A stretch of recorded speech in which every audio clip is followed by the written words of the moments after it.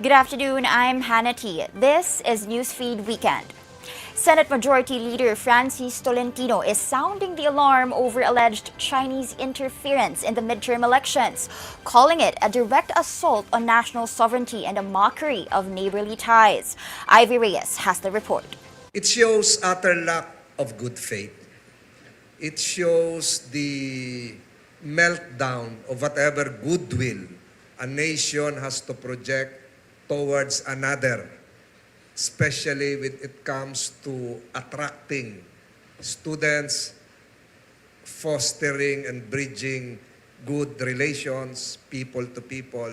It is a breakdown. The string of cases involving Chinese interference in Philippine elections is, according to Senate Majority Leader Francis Tolentino, an irony of the very neighborliness their public prides itself on.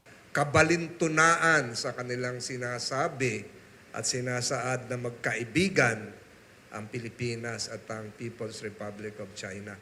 Tolentino presented a service agreement between the marketing company Infinitus Marketing Solutions and the Chinese embassy, revealing that they may call on Infinitus to appear and cooperate in the Senate's investigation. Beyond the West Philippine Sea dispute, Tolentino also expressed concerns that the communist government is making its presence felt in domestic affairs through the digital landscape. According to the agreement, the Chinese embassy paid 930,000 pesos to operate online trolls. Infinitus, a marketing agency based in Makati and established in 2018, specializes in middle-to-upgrade international clients. Tolentino asserted that the purpose behind this digital campaign is clear: to repeal the Maritime Zones Law, which is essential to identifying and defining the country's maritime borders.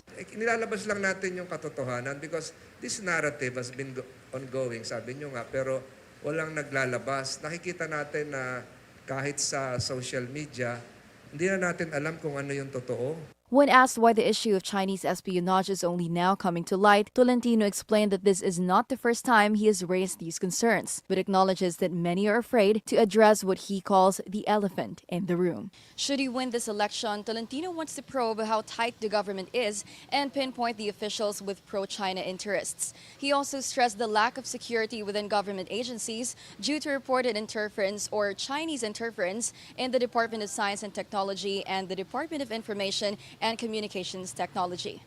Ivy Reyes, Billionaire News Channel. Don't forget to stay hydrated and keep cool as it's another scorching day in many parts of the country. According to the latest data from PAGASA, Dagupan City in Pangasinan is seen to record the highest heat index at a scorching 45 degrees Celsius. This falls under the danger category, with PAGASA warning that such conditions may trigger heat cramps, heat exhaustion, and even heat stroke with prolonged exposure. Also included in the list of areas facing extreme heat are Iba, Zambales, Ambulong in Batangas, Coron, Palawan, and Panglao, Bohol, all expected to record heat index as high as 44 degrees Celsius. Meanwhile, Metro Manila will not be spared from the sweltering heat, with temperatures forecasted to hit 40 degrees Celsius. While this is just below the danger threshold, PAGASA advises extreme caution as health risks remain high.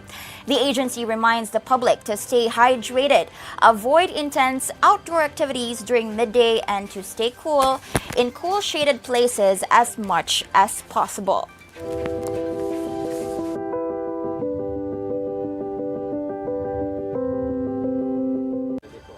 As the world prepares to lay Pope Francis to rest this afternoon, a city in the country close to his heart is paying tribute. In Tacloban, Leyte, the same city the late pontiff visited in 2015 after the devastation of Super Typhoon Yolanda, a memorial mass is being held to honor his memory.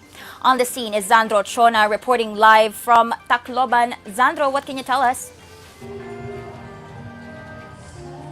Hannah, at least 2 masses will be offered here in Leyte ahead of the burial of Pope Francis at the Vatican. The Archdiocese of Palo offered the Mass this noon. The Palo Cathedral was visited by the Pope in 2015, a little more than a year after Typhoon Yolanda killed 6,000 residents during its onslaught on November 2013. His zucchetto, or his white skull cap, is displayed beside the altar. The utensil he used during his stay, as well as the infant Jesus gift, among others, are also on display beside his portrait. Another mass will be held here at the tarmac of the Daniel Z. Romualdez Airport in Tacloban City by 2:30 p.m.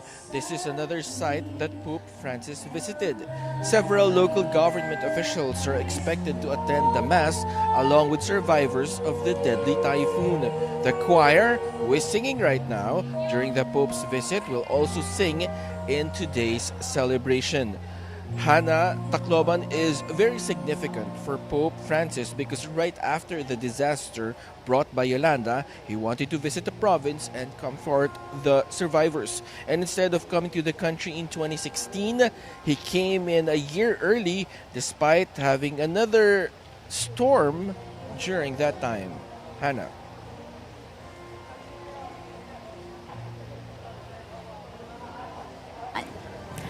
Earlier today, a breathtaking sight unfolded over St. Peter's Square as hundreds of doves took flight, soaring above the Vatican.